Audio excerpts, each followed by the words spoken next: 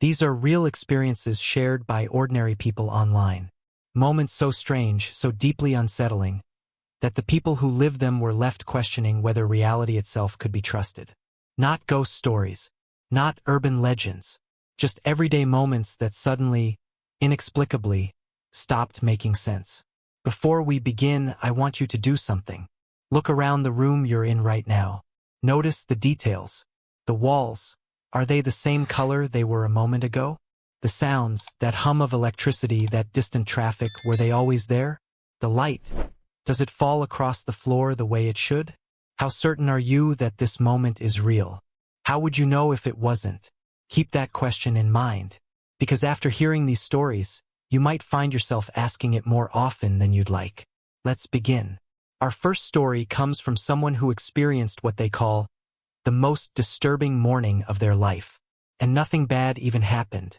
That's what makes it so unsettling. They woke up at 6:30 a.m. to their alarm, just like every other weekday. That same annoying digital beeping they'd heard 1,000 times before. They hit snooze once, exactly once like always, then swung their legs out of bed.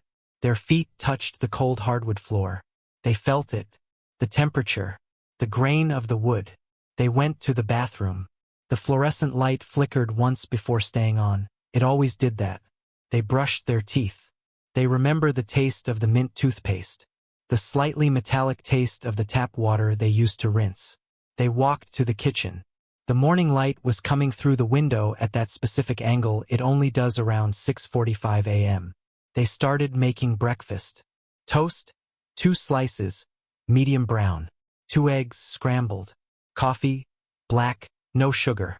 The same breakfast they'd made hundreds of times. The toast popped up. They buttered it while it was still hot, watching the butter melt into the surface. They plated the eggs. They poured the coffee, steam rising in a thin curl. They sat down at the kitchen table, the chair making that familiar creaking sound it always made. They began eating while scrolling through their phone. They read a news headline about a local traffic accident. They checked the weather, partly cloudy, high of 68 degrees. They responded to a text from their sister about weekend plans. The eggs were slightly overcooked, the way they usually were. The coffee was too hot, so they set it down to cool. Everything was normal, perfectly, mundanely normal. Then their alarm went off. That same digital beeping. They were back in bed. The sheets were still warm around them. The impression of their body still in the mattress as if they'd never left. The clock read 6:30 a.m. Again. Every single detail of that morning, the cold floor, the flickering bathroom light, the taste of mint toothpaste and metallic water, the exact angle of the morning light, the weight of the fork, the texture of the toast, the specific headlines they'd read, the text they'd sent to their sister, had been a dream. But here's the thing, it wasn't a weird dream. There were no impossible physics, no dead relatives, no flying cars or talking animals, no sudden scene changes, no dream logic. It was just a normal morning, perfectly, disturbingly, impossibly normal. They got out of bed again, for real this time, they assumed, and went through the same routine. But now every action felt contaminated with doubt. Is this the real version? When they buttered their toast, was this the first time or the second? How could they know? Here's what makes this so unsettling. If your brain can recreate reality that accurately, down to the smallest sensory detail, temperature, texture, taste, the weight of objects, the exact wording of news headlines, how can you ever be completely sure you're actually awake right now? Think about it. You trust your senses to tell you what's real. That's all any of us have. The input from our eyes, ears, skin, tongue. But this person's senses told them they were awake, eating breakfast, fully conscious, living their normal Wednesday morning. And they were completely wrong. The sensory data was perfect. The logic was perfect. There were no red flags, no inconsistencies, no reason to doubt. And yet, none of it was real. How many times has this happened to you without you realizing it? How many mornings have you lived twice without knowing? And here's the truly disturbing question. How would you even know? If the dream is perfect, if there are no clues, no differences, no way to distinguish it from reality, what makes you think you're awake right now? This next story comes from someone who worked as a teaching assistant in a college anatomy program. Part of their job involved working late nights in the cadaver lab, a room filled with bodies used for medical training. If you've never been in a cadaver lab, it's not like the morgues you see on TV. It's clinical, sterile. The smell of formaldehyde is so strong it burns your nose and leaves a taste in the back of your throat. The fluorescent lights hum constantly. Everything is metal and tile, surfaces that can be easily cleaned. The temperature is kept cold, around 60 degrees, to help preserve the specimens. The bodies were stored in metal drawers along the walls, refrigerated and sealed. Each drawer is labeled with a number, not a name, never a name. But one body didn't fit properly in the drawers. It was a particularly large specimen that the college had received for a specific study on cardiac disease. So it was kept in a thick plastic body bag on a table in the corner of the room, fully zipped and sealed. The bag was opaque, heavy-duty plastic. You could see the general outline of a human form inside, but no details. It sat on a stainless steel examination table, slightly elevated, tilted at an angle for drainage. One night, they were alone in the lab, finishing paperwork around 2 a.m. The building was silent. No students, no professors. The security guard made rounds every 2 hours, but he'd already passed by at 1:30. It would be another hour and a half before anyone else would be in this wing of the building. Just them and the bodies. They were sitting at a desk near the door, filling out forms, when they heard it. A muffled, rhythmic noise, faint but steady. At first, they thought it was the ventilation system. The building was old, and the HVAC made all kinds of noises. Clicking, humming, sometimes a rattling in the ducts. But this was different. This was organic. They stopped writing and listened.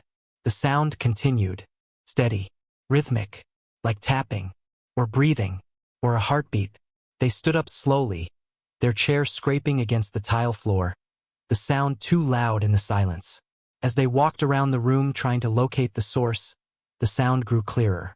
It was coming from the corner, from the body bag. They stood there, frozen, staring at the outline of a human body inside the plastic.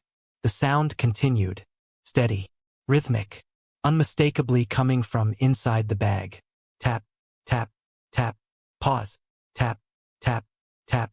Their mind immediately went to the rational explanations. Gas escaping from the body. Decomposition causes the buildup of gases that sometimes create sounds or movements. But these bodies were preserved, embalmed. That shouldn't be happening. Maybe something had fallen against the table and was vibrating. But they could see the table. Nothing was touching it. Maybe it was the refrigeration unit in the wall behind it. But the fridges made a low humming sound. Not this. Not this rhythmic tapping. For a full minute, they stood there debating whether to unzip it. Part of them was convinced something impossible was happening. That the body was moving. That the dead were waking up. That they were about to witness something that would fundamentally change their understanding of death and biology and reality itself. The tapping continued. Regular. Persistent. Almost like Morse code. Their hand moved toward the zipper. Then the sound stopped. Complete silence. They stood there in the cold fluorescent light, hand outstretched, watching the bag, waiting for it to start again. 30 seconds passed. A minute. Nothing. They ran. They left the lab, locked the door, and didn't come back until the next day when other people were around. They didn't tell anyone what happened. They were afraid of sounding crazy, afraid of being laughed at. Weeks later, a professor casually mentioned that one of the cadavers had a pacemaker, and that when the battery runs low, it vibrates and makes noise. It's a known phenomenon in cadaver labs. Pacemakers can remain active for a short time after death, and as the battery dies, they sometimes emit sounds or vibrations. Nothing supernatural. Standard medical device behavior. The rational explanation came later. But for one long, terrible moment, standing alone in that cold room at 2 a.m., this person truly believed they were witnessing something that should not be possible. And that feeling doesn't just go away because you get an explanation afterward. Because in that moment, the rational world had collapsed. And for one full minute, They existed in a reality where the dead could wake up, where the fundamental rules they'd built their entire worldview on were wrong. You can be told the explanation. You can understand it intellectually. But your body remembers the fear. Your nervous system remembers what it felt like when reality broke. And sometimes, late at night, they still think about that moment, about how close they came to unzipping that bag, and what they might have seen if they had. Sleep paralysis is a well-documented phenomenon. Your brain wakes up, but your body is still in sleep mode, unable to move. It's often accompanied by hallucinations, shadows, figures, the feeling of being watched, the sensation of a weight on your chest. Sometimes people report seeing a dark figure standing at the foot of their bed or sitting on their chest. Scientists understand the mechanism. During REM sleep, your body essentially paralyzes itself to prevent you from acting out your dreams. Sometimes the timing gets scrambled. Your consciousness turns on while your body is still locked down. The hallucinations occur because your brain, suddenly awake but receiving mixed signals, tries to make sense of the situation by generating threatening images. It's frightening, but explainable. But this story has a detail that doesn't fit that explanation. Someone woke up in the middle of the night feeling an overwhelming sense of dread. Not the gradual awareness of waking up, this was sudden, like being shocked awake, like their brain was screaming danger. They couldn't move. Their arms, their legs, their head, nothing responded. They could move their eyes, but that was all. They could breathe, but each breath felt manual, forced, like they had to consciously remember to do it. The room was dark, but not completely. Ambient light from the street filtered through the curtains, just enough to see the general shapes of furniture. Their bedroom looked normal, nothing out of place, but something was wrong. They heard heavy breathing near their bed. Not their own breathing, they could distinguish that. This was someone else's breath. Deep, slow, rhythmic, coming from somewhere to their right near the closet. Panic set in immediately. The primal, chemical panic that bypasses rational thought entirely. Pure survival instinct. They tried to scream but couldn't. Their throat wouldn't work. They tried to move their arms but couldn't. Not even a finger. They were completely paralyzed in their own bed while something breathed in the darkness next to them. Then they remembered their dog, Murphy, a 70-pound golden retriever who always slept in the hallway outside their room, right by the door. Murphy was protective. If there was truly someone in the room, Murphy would bark. Murphy would come in. Murphy would protect them. They focused all their energy on calling him. They couldn't speak, but they tried to make a sound, any sound. A grunt, a whimper, anything that might get his attention. But the dog didn't come. The breathing continued. Slow, steady, close. They don't know how long they stayed like that. Time becomes strange when you're paralyzed with fear. Could have been 1 minute. Could have been 10. Finally, something broke. The paralysis released all at once, like a switch being flipped. They gasped, sat up, and immediately reached for the lamp on their nightstand. Light flooded the room. Nothing. No one was there. The breathing had stopped. Their room looked exactly as it always did. Their heart was still pounding. Their hands were shaking. But the room was empty. They should have felt relief. But they didn't. Because they immediately thought of Murphy. Why hadn't he come? They got out of bed, legs unsteady, and went looking for their dog. They found him sitting in the kitchen doorway, completely still, staring straight ahead into the darkness of the living room. Not lying down, not pacing, not sniffing around, just sitting, perfectly motionless, staring. They stood behind him and called his name softly. Murphy. Nothing. No reaction. No tail wag. No ear twitch. No acknowledgement whatsoever that he'd heard them. They called again, louder this time. Murphy. Still nothing. He continued staring into the darkness as if they hadn't spoken at all. They could see him breathing. His sides rose and fell. But he was completely frozen otherwise, like he was hypnotized, or terrified. Only when they physically reached down and touched him, put their hand on his head, did he slowly turn to look at them. The movement was wrong. Too slow. Too deliberate. like he had to force himself to break away from whatever he was staring at. He looked at them for a moment, and they swear there was something in his eyes they'd never seen before.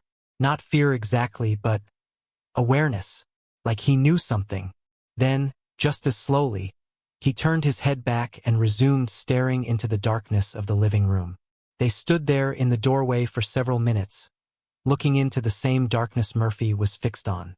They saw nothing, just their couch, their coffee table, the dim shapes of their furniture. But Murphy kept staring. Eventually, they convinced him to come back to bed with them. He followed reluctantly, looking back several times. They didn't sleep the rest of that night. Neither did Murphy. He lay at the foot of their bed, alert, ears pricked, occasionally looking toward the door. Sleep paralysis can explain the hallucinations, the fear, the inability to move, the sensation of a presence in the room, the breathing sounds, all of it. But it doesn't explain the dog. What was he staring at? Why didn't he respond to his name? And why, in that moment, did it feel like both of them were frozen by the same invisible force? Like both of them were aware of something in that house that shouldn't have been there? The person who experienced this says Murphy was never the same after that night. He developed anxiety. He refused to sleep in the hallway anymore. And sometimes, even now, years later, he'll stop what he's doing and stare at nothing for long, uncomfortable minutes. Dogs can't have sleep paralysis while they're awake. So what did Murphy see? This story is short, but it stayed with the person who experienced it for the rest of their life. A man was visiting a friend who collected firearms. This was someone he'd known for years. Someone responsible, careful, who followed all safety protocols. The kind of gun owner who gives other gun owners a good name. They were in the friend's basement. He had a workbench set up down there, a space dedicated to maintaining his collection. The man was sitting in a folding chair about 8 feet away, just talking, keeping his friend company while he worked. The friend was cleaning one of his handguns, a 9mm. He'd done this thousands of times. He'd already cleared the chamber. He'd removed the magazine. He'd checked twice. This was routine. He was wiping down the barrel when, without warning, the gun went off. The sound in that enclosed basement was deafening. Not like the crisp bang you hear in movies. This was a physical force. A pressure wave that hit them both in the chest. Their ears immediately started ringing. A high-pitched whine that drowned out everything else. The barrel was pointed directly at where the man was sitting. For a few seconds, neither of them moved. Neither of them breathed. Time seemed to stall out. The friend thought he had just killed someone, his best friend, sitting right there in front of him. He could see the barrel, see the trajectory, see where it had been pointing. Direct center mass. The shot that ends someone. The man thought he was dead. He was waiting for the pain, waiting for the realization, waiting to look down and see blood. His mind was already trying to process it. This is how I die. In a basement. An accident. This is my last moment. But there was no pain. No blood. No impact. Slowly, as if moving too fast might somehow change the outcome, they both turned to look at the wall behind where the man had been sitting. The bullet was embedded in the drywall, about 4 feet up from the floor, right where his torso had been. But not where it actually was, inches to the left. Maybe 6 inches. Maybe less. The man stood up slowly. His legs were shaking. He walked to the wall and put his finger near the hole. The drywall was still smoking slightly. He could smell the gunpowder. He lined himself up, trying to recreate the exact position he'd been sitting in. The bullet should have hit him. The angle was perfect. The trajectory was clear. He hadn't moved. He hadn't had time to move. The sound and the impact had been simultaneous. No injury. No blood. No warning. Just the realization that reality had spared him by a margin so impossibly small it felt unreal. His friend was crying, shaking, repeating, "I checked it. I checked it. I swear to God I checked it," over and over. And he had. They found the magazine later. It had been removed, but 1 round had somehow been left in the chamber. A mechanical failure, a mistake, a moment of inattention. They never figured out exactly what happened. But that wasn't what haunted the man. He said the strangest part wasn't the fear. It was the feeling afterward. The sense that something had intervened. That the bullet should have hit him but didn't. That some unseen force had nudged it just slightly to the left in the microsecond between the explosion and the impact. He doesn't believe in fate or miracles. He's not religious. He's a software engineer, someone who thinks in logic and systems and probabilities. But he also can't shake the feeling that, in some other version of that moment, he died. And if that's true, then which version is real? Is he living in the timeline where he survived by chance? Or was he supposed to die and something changed it? He says it's changed how he experiences every day. Because now he truly knows how arbitrary it all is. How a single moment, a fraction of an inch, a tiny variation in angle or timing, can be the difference between existence and non-existence. He says sometimes he'll be doing something completely ordinary. Making coffee, driving to work, playing with his kids. And he'll think, I wasn't supposed to be here for this. This moment shouldn't exist for me. I should have ended in that basement. And he can't tell if that makes life feel more precious or more fragile. Maybe both.